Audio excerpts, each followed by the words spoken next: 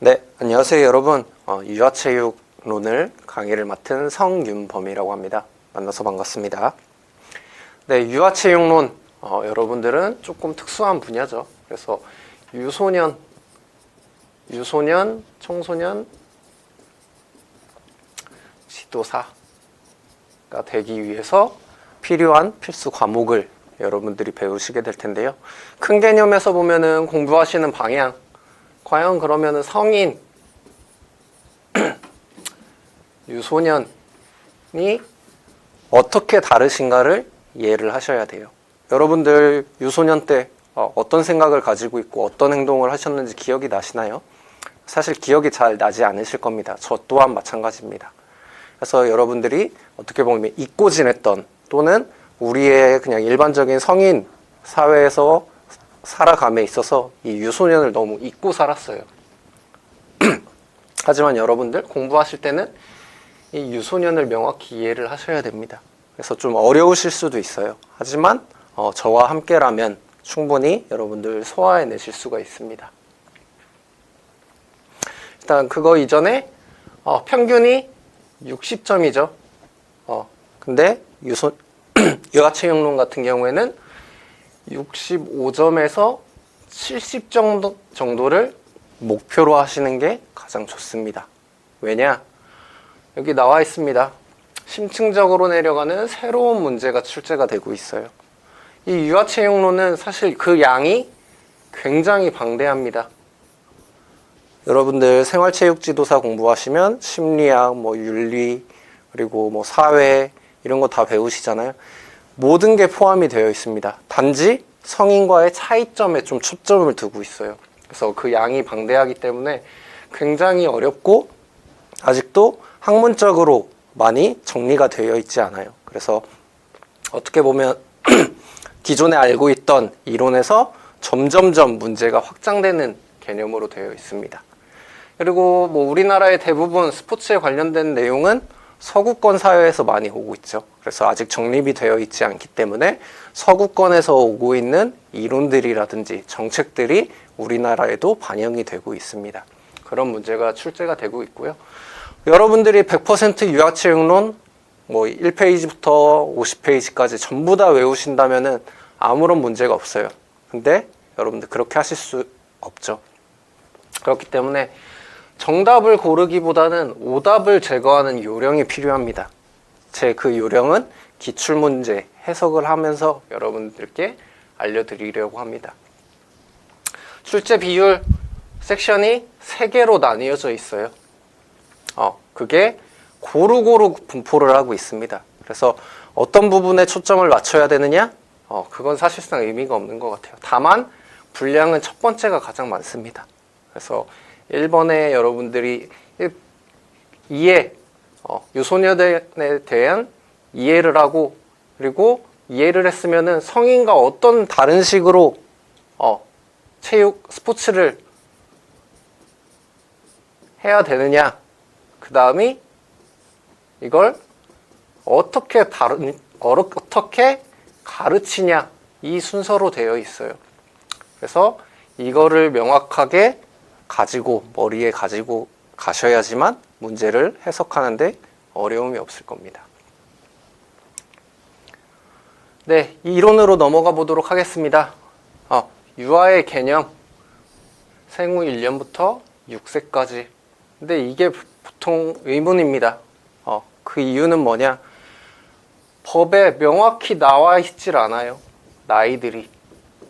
우리가 흔히 생각하는 유아, 아동, 그리고 청소년 이러는 게 명확한 개념도 있지만 명확하지 않은 개념들도 포함이 되고 있습니다. 그래서 사실 이 문제는 나오지는 않았고요. 근데 중요한 거 유아, 우리가 유아 체육론이잖아요. 그럼 유아의 나이가 정확히 어떻게 되냐를 법적으로 설명을 해놓은 게 유아교육법입니다. 여기에서 3세부터 초등학교 취학 이전까지라고 명확히 못을 박아놨어요. 그래서 이거는 이해라기보다는 외우시는 거고요. 유소년 스포츠 지도사 유소년에게 스포츠를 지도한다. 그럼 그럼 이번에 소년은 뭘까요? 소년. 소년이라는 개념도 여러분들 요즘 뭐 촉법 소년 이런 얘기들 굉장히 많죠. 근데 법적으로 다루는 나이들이 조금씩 달라요. 촉법 소년이 다루는 것도 다르고 비행 소년에서 소년 나이도 다 달라요. 하지만 우리는 유소년 스포츠잖아요. 그래서 유소년 스포츠는 이렇게 정의를 내렸습니다. 만 3세부터 중학교 취학 전까지. 그래서 스포츠에 대한 지식을 알려주는 사람이 바로 유소년 스포츠 지도사가 되겠습니다. 영유아의 특징, 영아기 반사. 제가 전부 다 읽어드리는 건 의미가 없습니다. 원시적 반사와 자세 반사, 이동 반사 세 가지로 나뉘어진다. 원시적 반사, 말 그대로 태어날 때부터 주어진 거예요. 그래서 원초적 본능이라고 생각을 하시면 됩니다. 자세 반사, 자세를 유지하기 위한 겁니다. 이동 반사, 이동하기 위한 반사예요. 그래서 이 세 가지 기억하시고요. 그 세 가지가 여기에 짜자작 나열이 되어 있습니다. 원시적 반사에는 어떤 것이 있느냐? 여기 쭉 있죠? 한번 읽어보세요. 읽어보는데 어렵지 않은 단어들이 있죠. 어렵지 않은 단어들. 이런 거는 이름과 어떤 행동인지를 보시면 되고, 이런 바로 연상되지 않는 단어들 있잖아요. 이거는 여러분들이 조금 이해를 하셔야 할 필요가 있습니다. 그리고 중요한 거, 원시적 반사에는 이게 있다는 정확히 암기를 하셔야 돼요. 이건 방법이 없습니다. 자세 반사도 똑같습니다. 여기 5가지가 있습니다. 이름이 어렵지 않은 것들은 여러분들이 이해를 하시면 되고, 그 외의 것, 낙하반사, 머리신체, 일치반사, 제목과 내용을 이해하세요. 암기할 건 오로지 자세 반사에는 어떤 것이 있나, 어떤 반사가 있냐 중요합니다. 이동 반사 똑같습니다.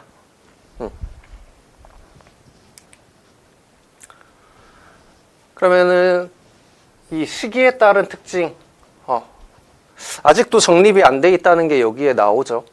그래서 우리가 유소년에 대한 개념이 나왔는데, 출생 후부터 2주에서 4주는 사실 우리가 다뤄야 할 부분은 아니에요.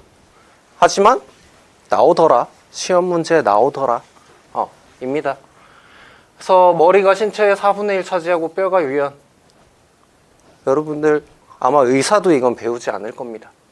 이런 거는 저희가 이전 교재에 많이 분석을 했는데 이런 내용들은 전혀 없는데 새롭게 문제가 출제가 되어서 저희가 그냥 썼을 뿐입니다. 이걸 외우기는 거의 어렵습니다. 그래서 오답을 제거하는 방법, 알아야 할 건 미성숙 단계, 급격한 발달, 성장 속도가 줄어듦, 신체의 움직임 발달함, 이런 키워드를 이해하고 외우시면 됩니다. 유아기 인지적 특징, 그리고 정서적 특징. 유아기에는 어떤 사물 또는 행동, 태도를 어떤 식으로 인지하느냐입니다. 그래서 한번 쭉 읽어보시면 돼요. 쭉 6가지 읽어보시면 돼요. 그래서 발달이 빠른 속도로 이뤄진다, 효율적으로 하게 된다. 이거는 여러분들 쭉 읽어보셔야 됩니다.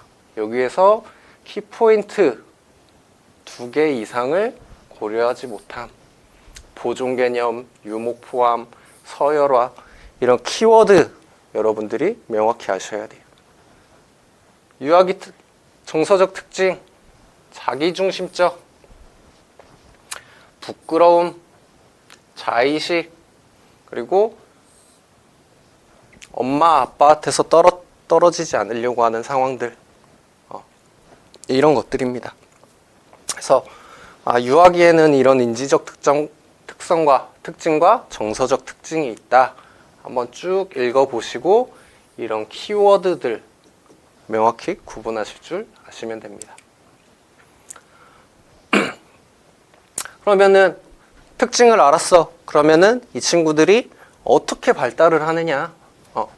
그래서 언어하고 기억이 발달하고 상상력이 풍부해진대요. 그리고 그림으로 표현하기 시작해요. 그리고 아까 얘기했죠. 자기중심적 사고. 그리고 아까 2개 이상을 고려를 못한다고 했죠. 아까 그거랑 거의 비슷합니다. 다만 그전에는 이런 특징 때문에 아이들이 이런 식으로 발달을 하더라. 이 내용 이해하시면 되고요. 정서 발달 똑같습니다. 아까 정서적 특징이 있었죠. 이것들이 과연 출생부터 그 이후까지 어떤 식으로 발달을 하는지 쭉 나열을 한 거예요.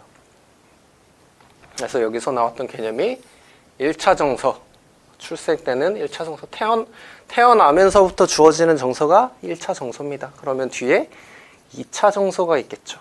2차 정서는 뒤에서 설명드리도록 하겠습니다. 그래서 쭉 보시면 되고, 여러분들 주변에 아이들 있으면 한번 아이들의 입장에서 생각을 해보세요. 내가 관찰한 아이들은 이런 특징들이 있었는데 매칭이 되실 겁니다. 유아기의 정서에는 1차 정서와 2차 정서가 있어요. 1차 정서는 태어날 때 주어지는 겁니다. 그래서 얼굴 표정만으로 정서를 나타낼 수 있어요. 근데 아이들에게는 이런 정서가 있대요. 이건 태어날 때부터 주어지는 정서입니다. 2차 정서는 살면서 이루어져요. 그래서 이런 1차 정서 이후에 나타나는 얼굴 표정, 아까는 얼굴 표정만으로 봤는데 이제 표정뿐만 아니라 신체의 동작이나 자세를 보여준대요. 이제 남을 이해하기 시작한 거죠. 그래서 부모가 울거나 부모가 화를 내면은 이걸 인지를 하기 시작해요. 남을 인지하기 시작해요. 이런 식으로 발달을 합니다. 그리고 사회성, 나, 너, 우리, 공동체 점점 발달을 하겠죠. 이 순서대로. 그래서 이런 식으로 발달을 하더라 입니다.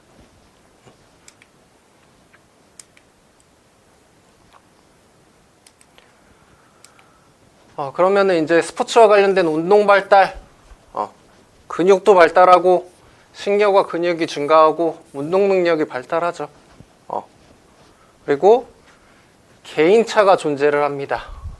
그리고 순차적이에요. 이게 포인트입니다. 이런 키워드들 이해하시면 돼요. 당연히 신장, 체중, 근육이 꾸준히 증가하겠죠. 당연히 사람의 성장 속도가 정해져 있듯이. 그럼 어떤 식으로 이 운동이 발달을 하느냐? 이렇게 시작을 해요.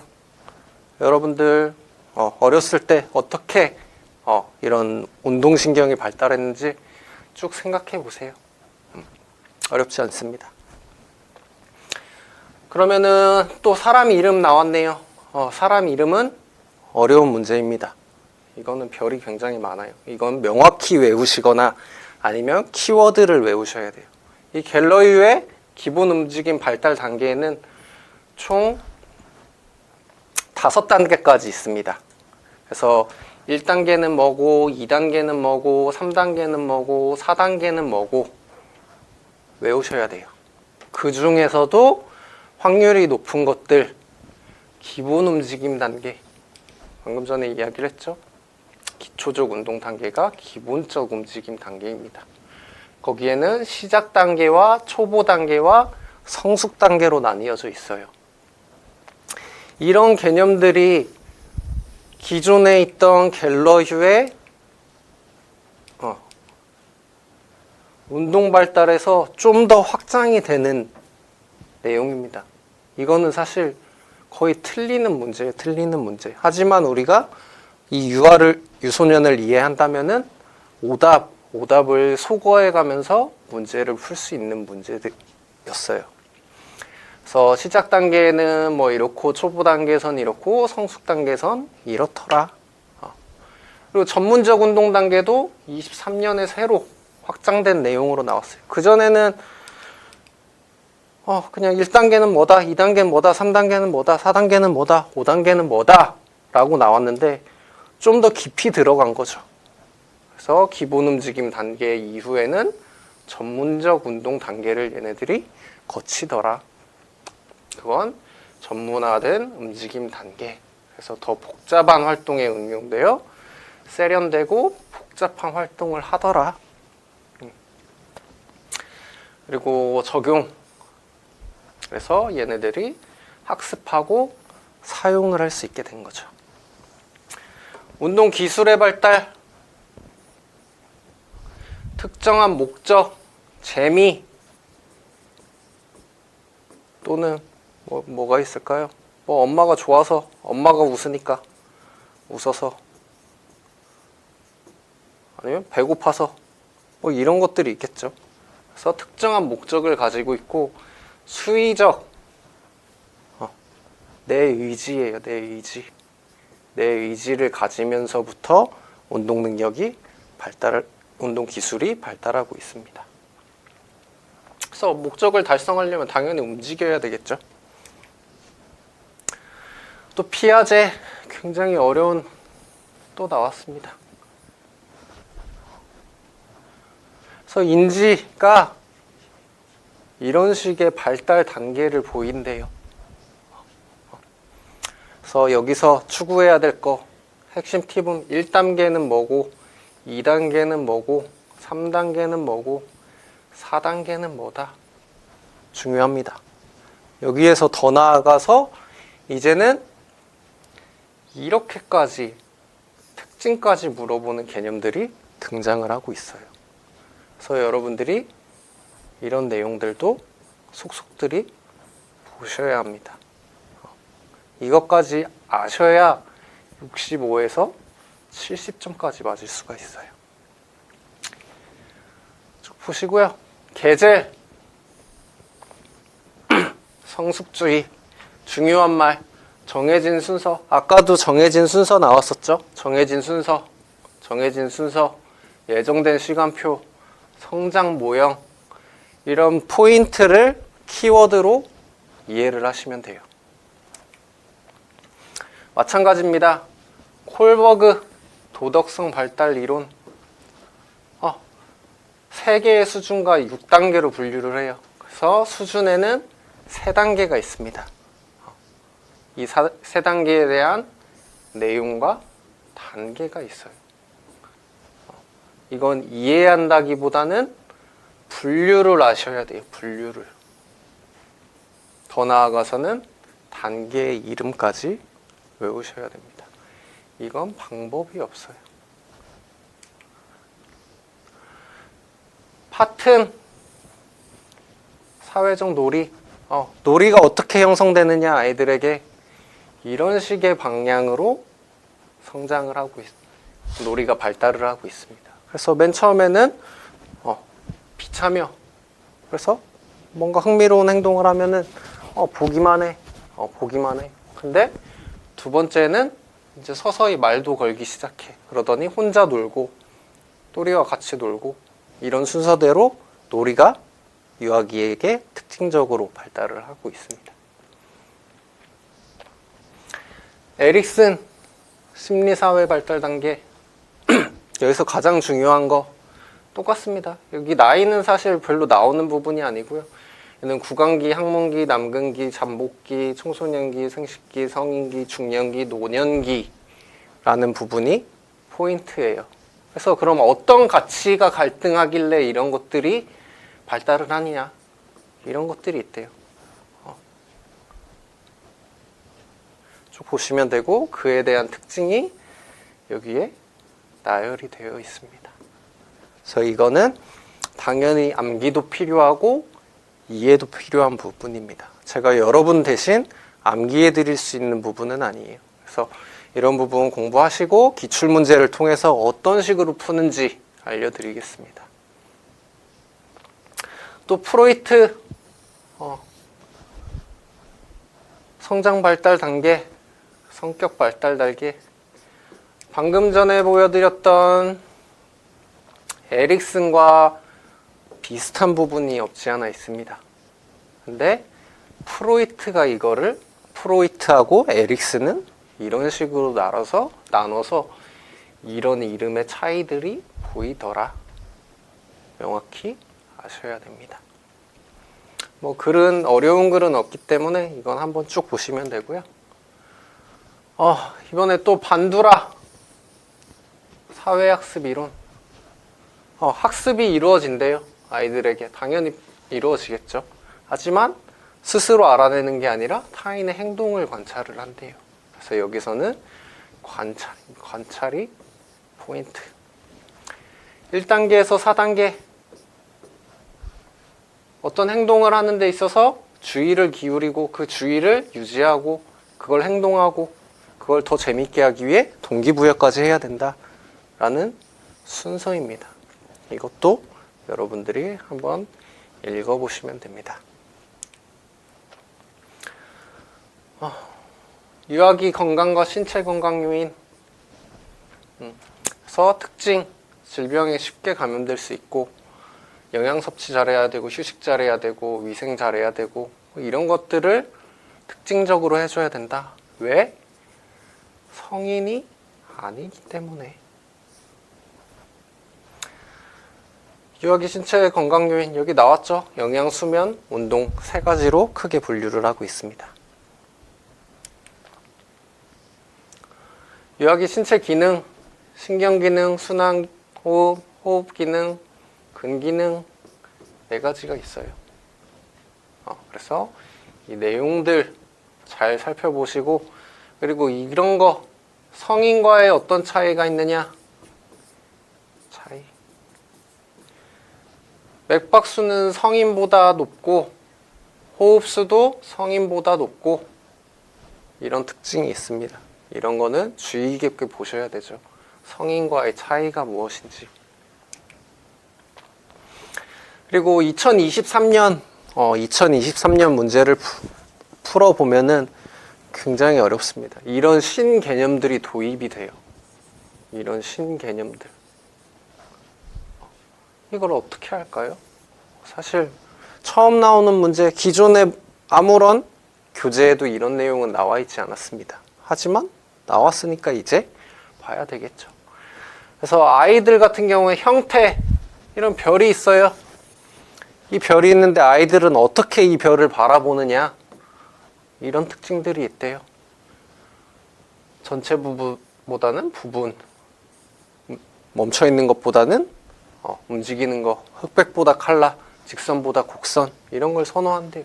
얘네들은 이 별을 보면서 어떤 생각을 할까, 어떤 지각을 할까라는 개념을 이해를 하셔야 됩니다. 또 세계보건기구가 권장한 청소년 활동 지침, 이 뒤에도 아마 나와 있을 아직 나와 있네요. 그래서 여기서의 포인트 어떻게 출자됐느냐? 합계 60분, 중증도 혹은 격렬한 강도, 유산소 활동, 주 3회, 이게 시험에 나왔습니다. 그리고 아까 얘기했던 외국의 사례들을 가져왔죠. 그래서 이제 외국의 특정 제도에 대해서 보면은 이제 활동적인 습관을 들여야 되고, 이건 다 좋은 말만 나와 있죠. 그래서 유산소 60분 이상, 근력 강화도 60분 이상, 주 3회, 뼈 강화 운동도 60분, 주 3회, 이게 포인트였습니다. 문제 풀어봅시다. 보기에서 동일한 유형의 반사나 반응은, 그래서 제가 원시적 반사, 그리고 자세 반사, 그리고 이동 반사, 이 3개가 있다고 했죠. 원시 반사에는 뭐가 있느냐? 자세 반사에는 뭐가 있느냐? 이동 반사에는 뭐가 있느냐? 제가 이 안에 포함되는 것들은 외우시라고 했죠. 그걸 외우셔야 이 문제도 푸실 수가 있어요. 그래서 여기서 딱 봤더니 기기, 걷기, 수영이 이동이에요. 이동과 관련돼 있죠. 그래서 기억, 니은, 리을 이렇게 푸실 수가 있고요. 이것도 한 50% 정도는 50%가 아니네요. 이건 무조건 맞고 들어가야 되는 문제입니다. 그리고 피아제 인지 발달 단계에서 전 조작기래요. 직관적인 사고, 자기중심적 태도. 이건 좀 맞는 것 같아. 그리고 감각적 반사 운동을 하면 쭉 읽다 보니 숨겨진 대상을 자꾸 보이지 않는 위치를 이동한대. 아이들은 직접 보는 것만 알고 있습니다. 그래서 이건 틀린 개념, 오답을 찾는 과정이고요. 순서와 자아중심적 사고에서 벗어나 자신의 관점은 없죠. 자아중심적. 그래서 이해하기 시작할 때가 아니죠. 논리적인 추론, 전조잡기에는 논리적인 추론을 할 수가 없죠. 이런 식으로 정확한 내용을 모르시더라도 대충 감으로 어떻게 보면 요령이죠. 요령으로 문제를 해결하시면 됩니다. 네, 두 번째 섹션 유아기 운동발달 프로그램 구성입니다. 그래서 설명드렸죠. 1챕터에서는 이해였어요. 이해. 두 번째는 이해하고 어떻게 적용을 하느냐. 두 번째, 적용과 관련된 내용입니다.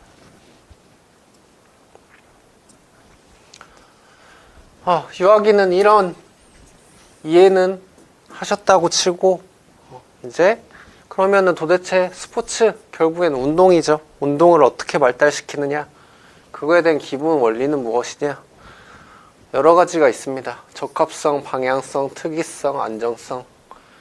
적합성.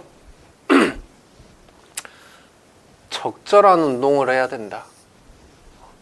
적합하고 적용할 수 있게 해야 된다. 방향성. 순서를 가지고 있어요. 성장과 발달에는 순서를 갖고 있습니다. 그래서 대근육에서 소근육으로, 머리에서 발가락으로, 중심에서 말초의 원리. 이게 방향성. 특이성. 개개인의 특성을 고려해야 된대요. 안정성.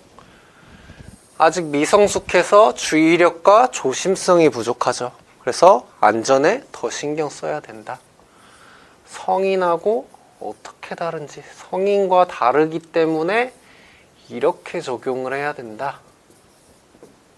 입니다. 연계성. 프로그램 연계가 필요하다. 하나 독립적으로 프로그램을 구성하는 게 아니라 연계해서 해야 된다라는 겁니다. 다양성. 다양하게 해야 돼요. 그리고 지속적으로 체계적으로 해야 됩니다. 왜냐? 유소년이기 때문에. 성인하고 다르기 때문에 입니다. 그리고 2023년 제가 어려운 문제 많이 출제됐다고 했죠. 처음 출제가 됐습니다. 찰시와 포터의 탐색적 접근 방법. 사실 저도 몰랐습니다. 근데 이제 배우잖아요. 그럼 그 다음 단계 2024년에는 같은 문제가 나오더라도 개념을 이해하신다면 어려움이 없습니다. 1단계, 2단계, 3단계, 4단계로 분류가 돼요. 그래서 문제를 설정하고 교사의 시범이 없고 관찰 평가하고 개선 수정하고 해결책을 만들어낼 수 있도록 해야 된다. 네 번째, 추가적인 과제. 이제 더 나아갔죠.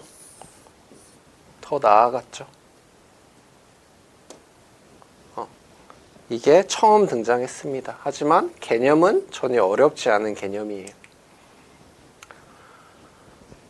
기초운동 프로그램 구성. 그 안에는 프로그램 안에는 이 7가지 구성 요소가 있다. 어려운 내용은 없습니다. 이런 식으로 구성을 해야지 아이들이 더 쉽게 운동을 할 수 있다. 유아기 운동 프로그램 구성식 고려사항, 당연히 개인차 있겠죠. 그리고 한 가지에 초점을 맞추는 게 아니라 다양한 균형 발달을 해야 된다. 그리고 당연히 팀과 개인, 우리가 나, 너, 우리 공동체 같잖아요. 당연히 이 과정을 겪어야 되고, 그리고 아이들 특징 재밌어야 하잖아요. 그렇게 해야 되고, 잘못된 게 있다면 고쳐줘야죠. 평가한 다음에 이런 식으로 고쳐봐라 라고 해야 되겠죠. 기초운동, 유아기 운동의 형태는 기초운동과 지각운동으로 나뉘어져 있습니다. 기초운동 뭐냐? 안정성 운동, 이동운동, 조작운동 세 가지로 나눌 수가 있고요. 각계 두 가지로 구성이 되어 있습니다. 이건 암기예요. 여러분들 60점만 맞으시려고 하는 분들 여기까지만 외우시면 돼요.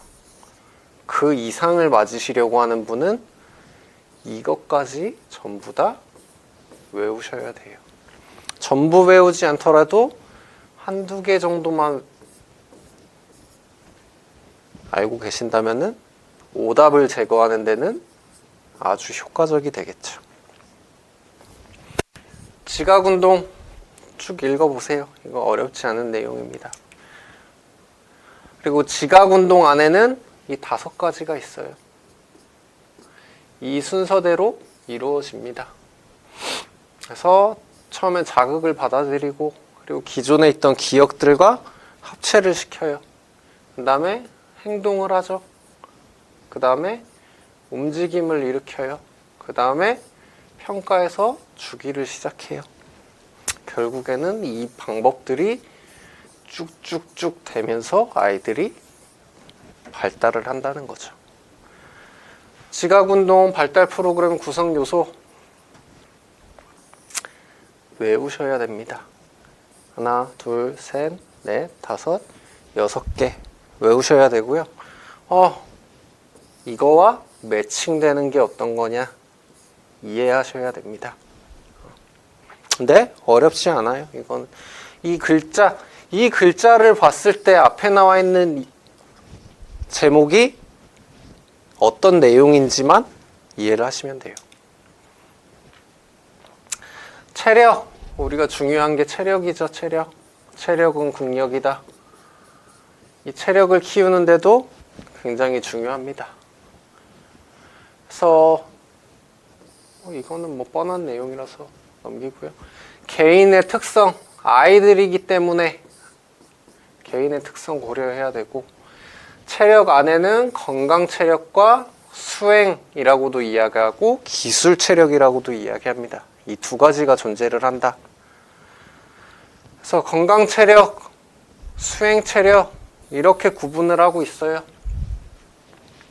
60점 맞으실 분들 여기까지만 외우세요. 그 이상으로 나가고 싶은 분들은 여기까지 외우시는데, 이것과 이것을 매칭까지만 하시면 돼요. 이렇게 암기 요령 알려드렸고요. 문제 한번 풀어봅시다. 그래서 2번 방금 전에 나왔던 거네요. 지각운동 발달 프로그램의 요소의 연결이 옳지 않은 것은? 여러분들 사실 아까 막 쭉쭉쭉 지각운동에 뭐 있다고 이야기를 했었죠. 여러 가지가 있는데 한번 이해를 해봅시다. 공간지각, 공간, 장소, 높이, 방향, 범위 맞는 것 같아.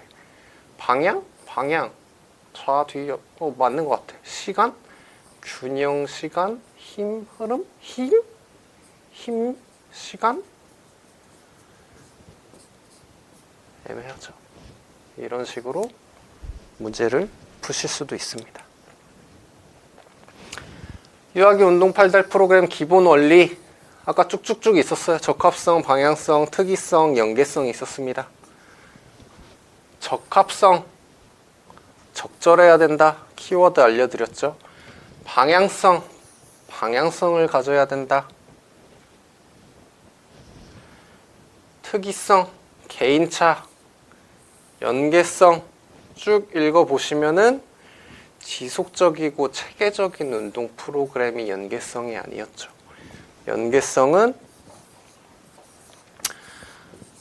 운동 발달 프로그램이 존재를 하면은 단독적으로 움직이는 게 아니라 모두가 연관이 있어야 된다 라고 이야기를 드렸어요.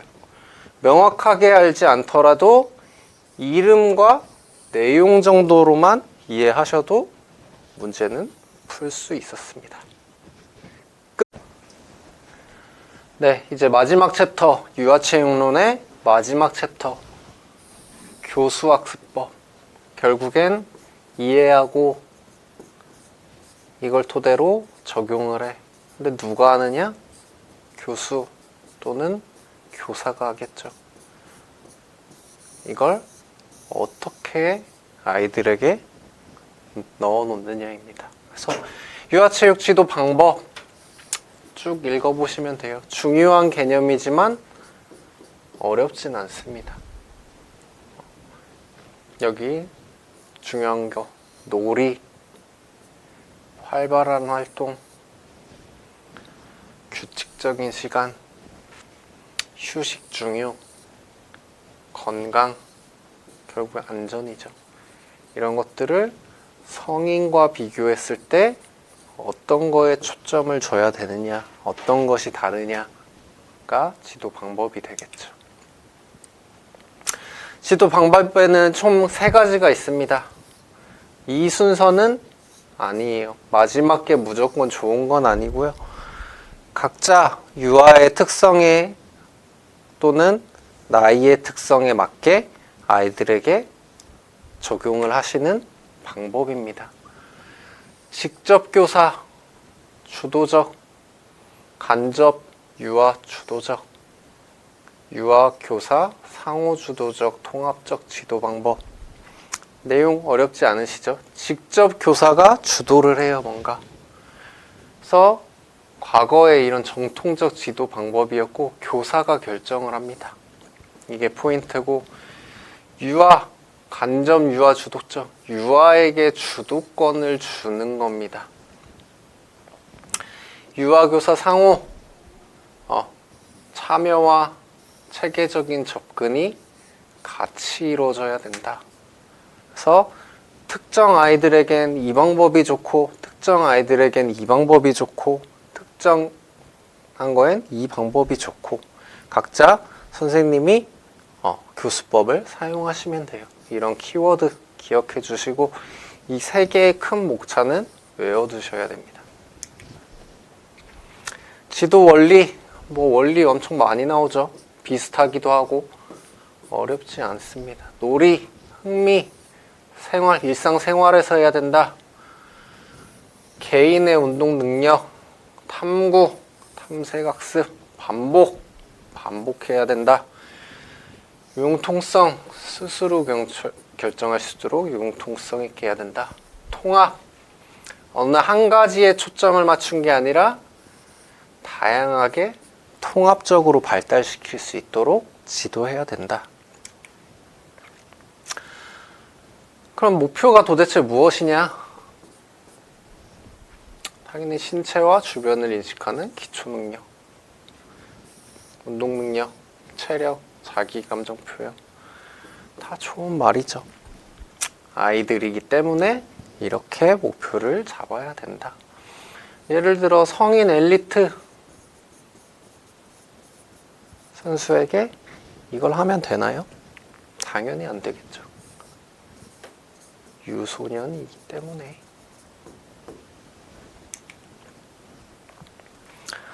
그럼 프로그램 아이들에게 어떻게 전개를 시켜 나갈 거냐?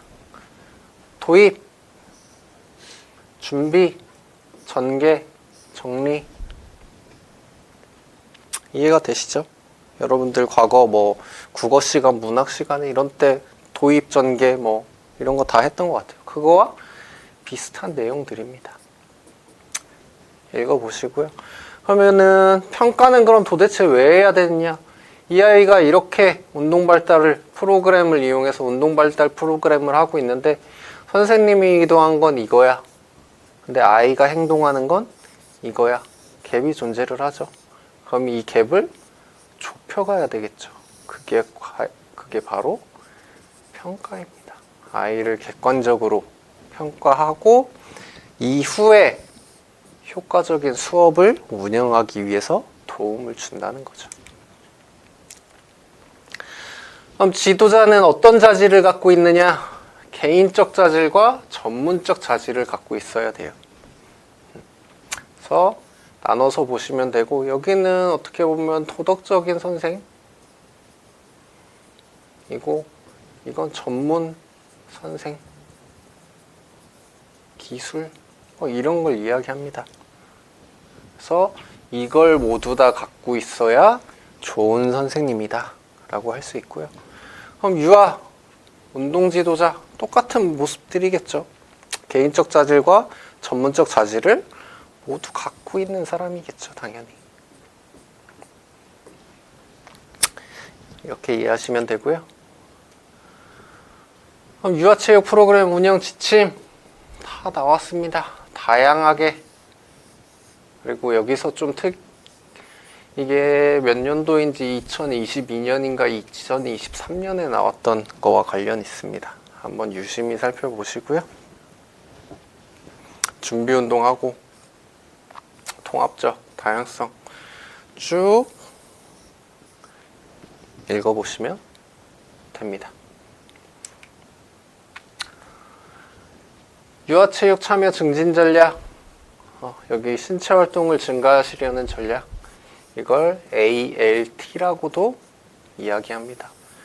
과연 어떻게 해야 아이들이 흥미를 갖고 이 시간, 체육 시간 또는 스포츠 시간을 많이 할 수 있겠느냐 입니다.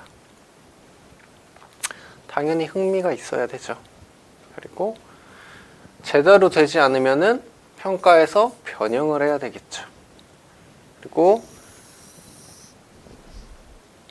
유아기 때는 특징적인 게 하기 싫어하거나 못하는 활동은 해서는 안 됩니다. 간결하고 명료하게 피드백 해줘야 되고, 훈련도 효율적, 아이들 집중력 짧죠? 그래서 짧게 해야 되고, 집중력 짧죠? 기다리는 시간 지루합니다. 대기 시간 줄여줘야죠. 또 2023년에 이 내용이 나왔습니다. 초등 체육교육과정의 3학년, 4학년 성취 기준입니다. 이건 제가 단언컨대 체육 교사 선생님도 아마 모르실 겁니다. 그래서 저도 이 자료를 찾는데 꽤 어려웠어요.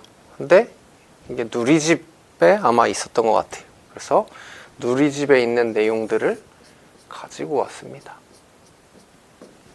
이런 성취 기준을 가지고 체육 교육 과정의 성취 기준으로 삼아야 한대요. 한번 쭉 읽어보시고요. 이건 아예 생뚱맞은 내용이기 때문에 오답을 걸러내는 게 중요했습니다.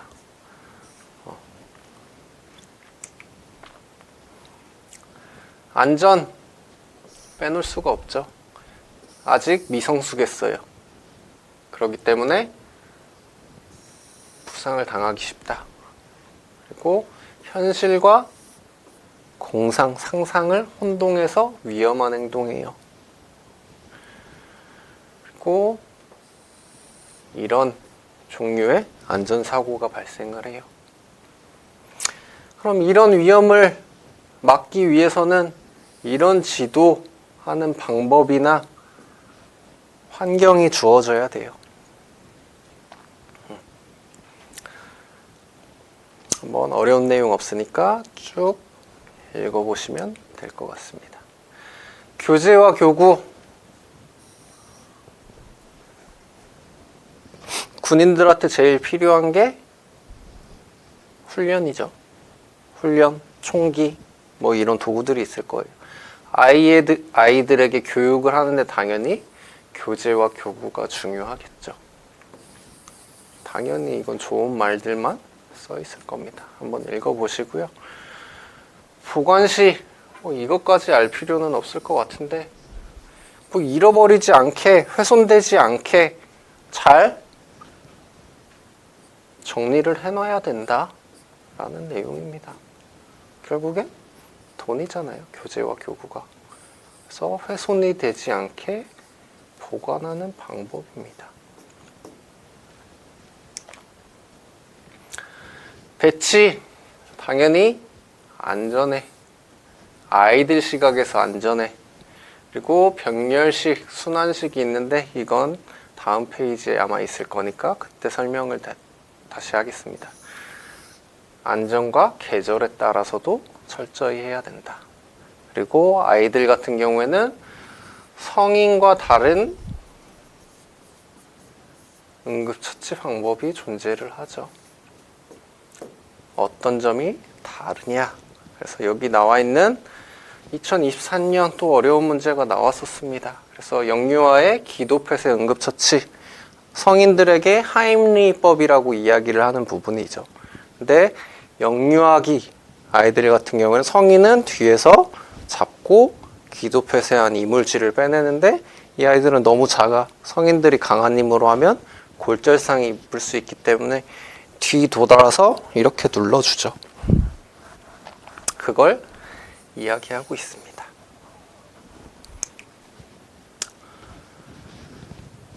문제 한번 풀어보시죠. 1번 유아체육 지도 방법의 종류는 유아에게 주도권이 있대요. 그러면은 일단 유아 주도적,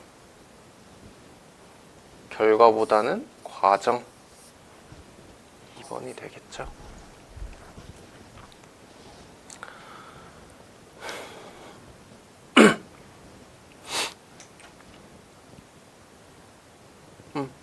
유아체육 시간 중 신체활동 시간을 증가시키는 전략으로 옳지 않은 것 A, L, T라고 이야기했어요. 그래서 지시는 간결하고 명료하게 관찰하고 변형이 필요하다. 유아가 참여하기 어려운 활동과 게임도 할 수 있도록 한다.